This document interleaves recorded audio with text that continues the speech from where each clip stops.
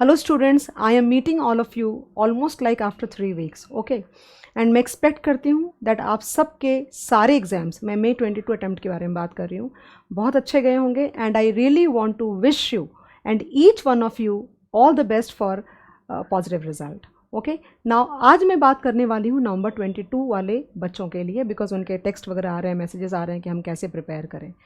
तो एक्चुअली क्या होता है ना कि कुछ यूट्यूब के अपलोड्स ना मैंडेटरी हो जाते हैं। कैसे कि मैंने शायद बोला होगा कि May 22 के जब एग्ज़ाम्स आ रहे होंगे तो मैंने ज़रूर बोला होगा कि कैसे प्रिपेयर करना है, लेकिन क्या होता है नवंबर 22 का जिसका एग्ज़ाम आ रहा है, अगर उनके लिए ना बोलो तो उनको लगता है अरे मैम हमारे लिए कुछ नहीं बोल रही है, मैं कैसे प्रिपेयर करूँ, जबकि कोई फ़र्क नहीं होने वाला। There is not going to be any difference between the two preparation strategy, but yet I would definitely want to speak for November 22 students कि आपको कैसे प्रिपेयर करना है, and I am going to be specific today about SFM-CA final only. Okay, so what I understand, kind of on the basis of all the lectures that we are selling and on the basis of all the lectures that we have already sold, कि दो category के बच्चे हैं, जैसे जिनका already SFM lectures पढ़ के हो चुका है and it is already time like 1 year 2 year and so on, and there are already some students in the market जिन्होंने अभी तक नवंबर 22 के लिए लेक्चर्स फिनिश नहीं किए हैं। ओके, तो I will definitely talk about the people जिनका अभी तक लेक्चर्स फिनिश नहीं हुआ है। First I would want to talk about people और फॉर पीपल जिनका पढ़ के ऑलरेडी हो चुका है। तो सबसे पहली चीज़, अगर आपके lectures, if you have already completed your lectures, तो सबसे पहली चीज़ आपको ये इंश्योर करनी है that all your notes, all your book, all your content, all your material, आपने जिन भी रिस्पेक्टेड फैकल्टी से पढ़ा है वो आपका पूरा कंप्लीट होना चाहिए। अगर वो कंप्लीट नहीं है तो आपको प्रॉब्लम होने वाली है। ओके, तो पहले इंश्योर करो कि वो पूरा कंप्लीट है कि नहीं। अगर वो पूरा आपका कंप्लीट है तो आपको पढ़ने का एक तरीका ढूंढना पड़ेगा, बिकॉज जब हम शुरू करते हैं ना पढ़ना, तो पढ़ने में you find it bit difficult, शुरू करने में दिक्कत होती है। तो कैसे शुरू करना है आई डोंट नो, बाकी काइंड ऑफ बाकी जो टीचर्स होते हैं वो किस मेथड से आपको नेविगेट करते हैं, कैसे शुरू करें and all.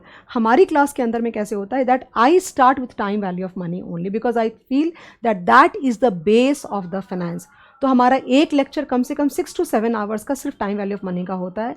So all of you should first start with the revision of time value of money, और and you have to follow the index guys. मैंने इंडेक्स में बहुत क्लियरली वहाँ पे लिखा हुआ है कि पहले आपको टाइम वैल्यू ऑफ मनी करना है, एंड मैंने बार बार ये बात रिपीट करी और आज भी वापस बोल रही हूँ कि if you see all the chapters follow some family, actually ध्यान देना इस बात का।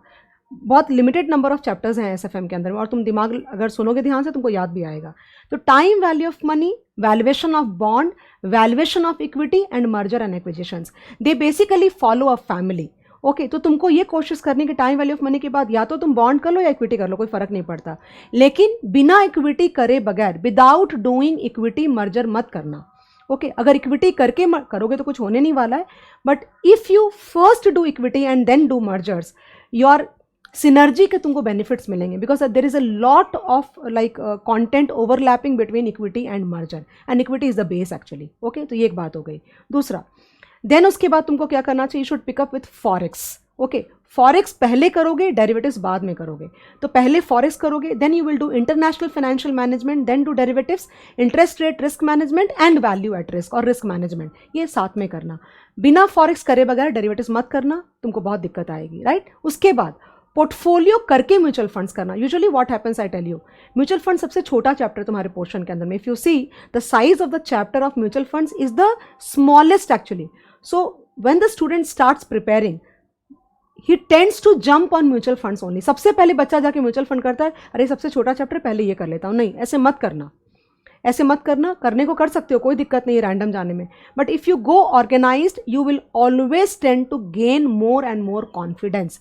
ऐसे बीच में से पिकअप करके करोगे ना तो मज़ा नहीं आएगा तुमको पढ़ने का। तो this is how you should go. ये एक बात हो गई। जो भी तुम्हारे नोट्स हैं फैकल्टी के, and please guys stick to one faculty. जो भी तुमको पसंद है, जिन पे भी तुमको कॉन्फिडेंस है, तुम उनको प्लीज़ स्टिक करो। तुम, क्योंकि हर आदमी का किसी चीज़ को अप्रोच करने का तरीका अलग होता है। मैं ये नहीं बोल रही कि उसका ख़राब है उसका अच्छा है, बट आदमी का तरीका यूनिक होता है। एग्ज़ाम के टाइम पे तुम हॉपिंग नहीं कर सकते, इनसे ये पढ़ ली इनसे ये पढ़ लिया, नहीं। अगर तुमने कोई क्लास लगाई तो प्लीज़ आप उसके हिसाब से ही चलो।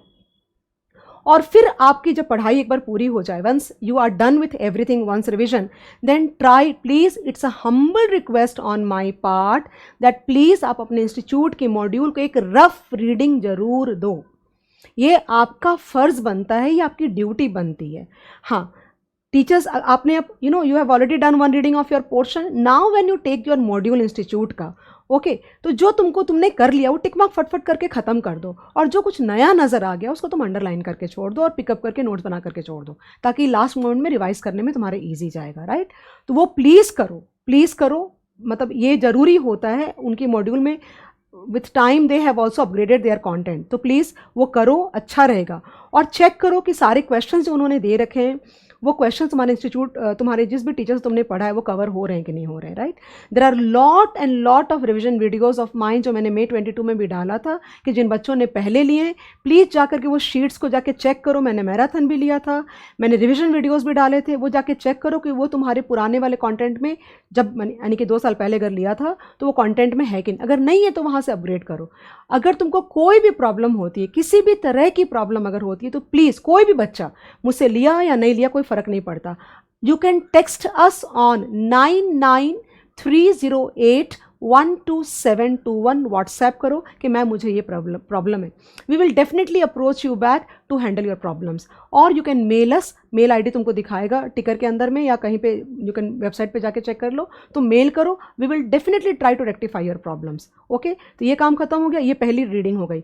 उसके बाद अगर, और लिख के करना, सारे सम्स तुम लिख के करना, अगर नहीं लिखोगे तो मैं तुमको गारंटी देती हूँ तुम एग्जाम के अंदर पेपर में सम्स नहीं लिख पाओगे, unless and until the sum, at least पहली बार जब कर रहे हो तो प्लीज़ लिख के करो, मेरे ये भी बहुत ज़्यादा रिक्वेस्ट है।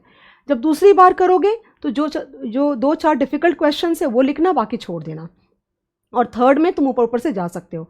मैं तो रादर ये बोलूँगी कि डेली एक बार ख़त्म होने के बाद please make it a rule to do 5-7 sum 10 sums 5 sums daily on a daily basis till the day of your paper. It would be great guys, तुमको अलग से SFM के लिए स्लॉट नहीं निकालना पड़ेगा।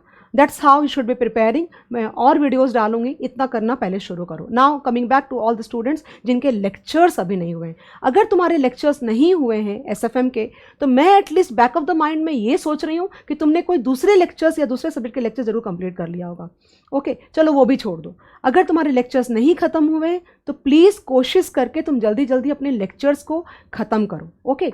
अगर तुम्हारे पास टाइम कम है और तुमने शुरू भी नहीं किया है, तो हमारे पास में, मुझे और किसी का नहीं पता, मुझे अपना ये पता है कि मेरी 2 बैचेस और रिकॉर्डेड अवेलेबल हैं, दोनों लेटेस्ट है। एक का नाम है रैपिड और एक का नाम है स्विफ्ट, ओके। तो स्विफ्ट बैच इज़ मोर और less like regular only guys, क्योंकि वो स्टूडियो रिकॉर्ड है।